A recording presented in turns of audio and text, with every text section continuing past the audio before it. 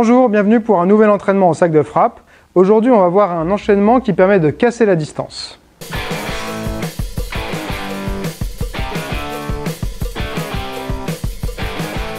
On va utiliser le switch. Donc le switch, pour rappel, c'est comme un changement de garde mais sans tourner ses hanches. C'est-à-dire que là, ça c'est un changement de garde, mes hanches elles ont tourné.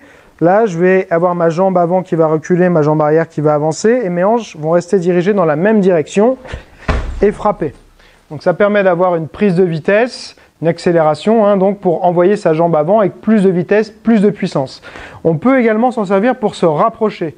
On le voit souvent sur place, parfois on est dans la distance et on fait son switch pour enchaîner rapidement. Mais si on est plus loin, je vais pouvoir l'utiliser comme ceci pour me rapprocher, rentrer dans la distance.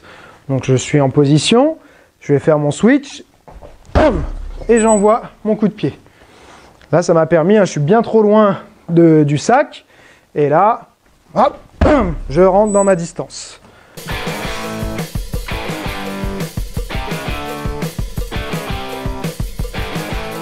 Une fois que je suis arrivé dans la distance, ce que je vais faire, je vais poser, venir me mettre mes mains sur le sac, mais mettre un coup de genou de la jambe arrière. Donc je rentre avec mon switch, je pose, genou de la jambe arrière. Soit je saisis, soit j'ai les mains en garde comme je veux, ça dépend dans quel type de discipline on est. En K1 par exemple, on ne va pas pouvoir venir saisir la tête, tirer. En Muay Thai, on peut. Donc en boxe Thai, on va pouvoir, et en MMA également. Donc là,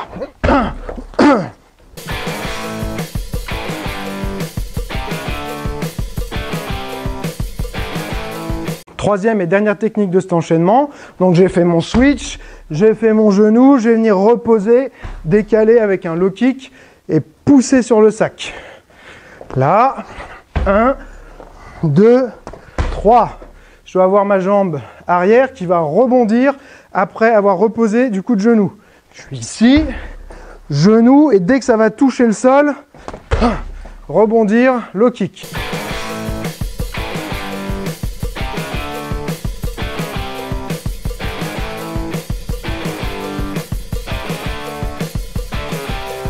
Quelques petits rappels techniques. Sur le switch middle, il faut bien envoyer sa hanche et pivoter son pied d'appui.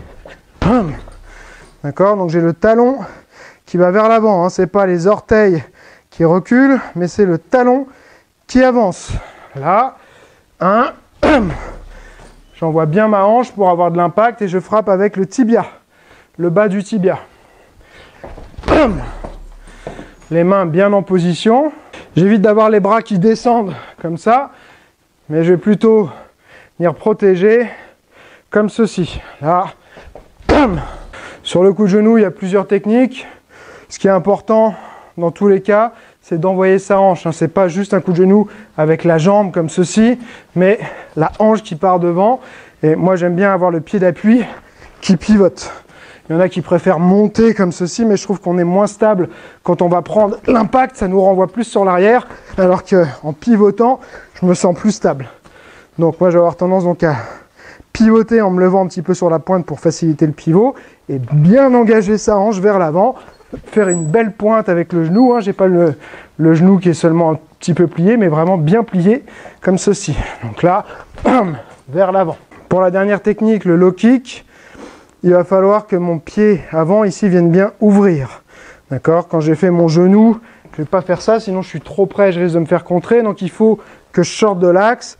Pour ça, je vais me déplacer en ouvrant la pointe comme ceci vers l'extérieur et venir frapper en engageant bien ma hanche dans le low kick. Donc je suis là. Dès que je pose, je rebondis et j'envoie mon pied par ici et je frappe. Là, hop, hum. Ici, hop, hum.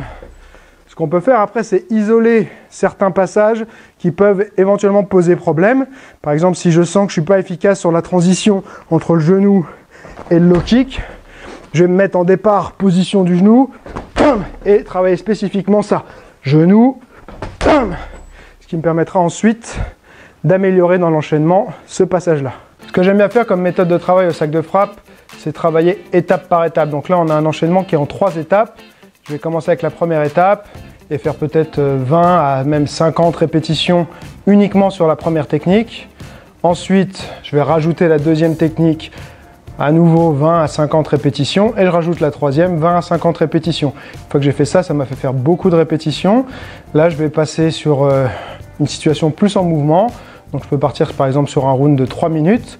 Je me déplace et j'essaie de placer mon enchaînement depuis une situation en mouvement et puis un départ statique. Très important pour réussir ensuite à le placer en combat.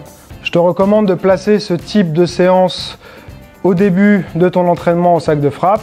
Ça te permet de mettre en place de la technique, d'ajouter de la technique également à ton répertoire actuel pour ensuite partir sur des rounds libres où tu vas pouvoir travailler tout ce que tu veux, dérouler tes enchaînements comme tu veux. Si tu veux passer tes entraînements au sac de frappe à la vitesse supérieure, j'ai créé un programme qui s'appelle Alpha. Tu as le lien dans la description. Si tu as aimé cette vidéo, tu peux faire plusieurs choses. 1. Cliquer sur j'aime. 2. Me laisser un commentaire. 3. T'abonner à ma chaîne. Et 4. Partager sur les réseaux sociaux. Et comme je dis toujours, celui qui croit savoir n'apprend plus, alors garde l'esprit ouvert.